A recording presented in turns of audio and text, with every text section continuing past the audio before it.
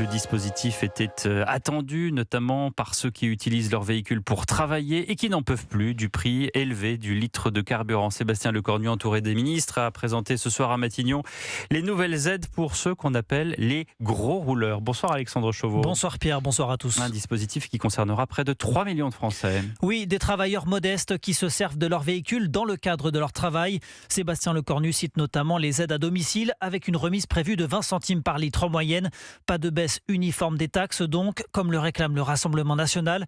Sébastien Lecornu revendique au contraire des aides ciblées et un plan de soutien à l'activité. On reste sur le soutien à l'activité, je le redis, on n'est pas dans une logique de chèque à l'aveugle, mais bien dans quelque chose qui est particulièrement ciblé. Et là, on le voit bien, sur beaucoup de métiers, la situation devient difficile. L'idée, c'est d'abandonner personne. J'avais dit qu'il fallait à chaque fois nous adapter aux circonstances de la crise. Ça veut dire aussi que si ça va mieux, il pourrait se passer tout ça.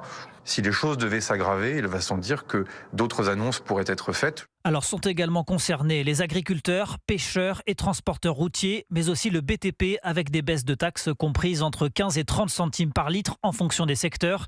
Mais là encore, Sébastien Lecornu insiste sur l'urgence de contrôler la hausse des dépenses. Lors d'une réunion exceptionnelle convoquée ce matin à Bercy, le gouvernement a ainsi prévu de geler 4 à 6 milliards d'euros dans le budget de cette année, conséquence de la hausse des taux d'intérêt et des dépenses militaires liées là encore à la guerre au Moyen-Orient. Merci Alexandre Chauveau du service politique d'Europe.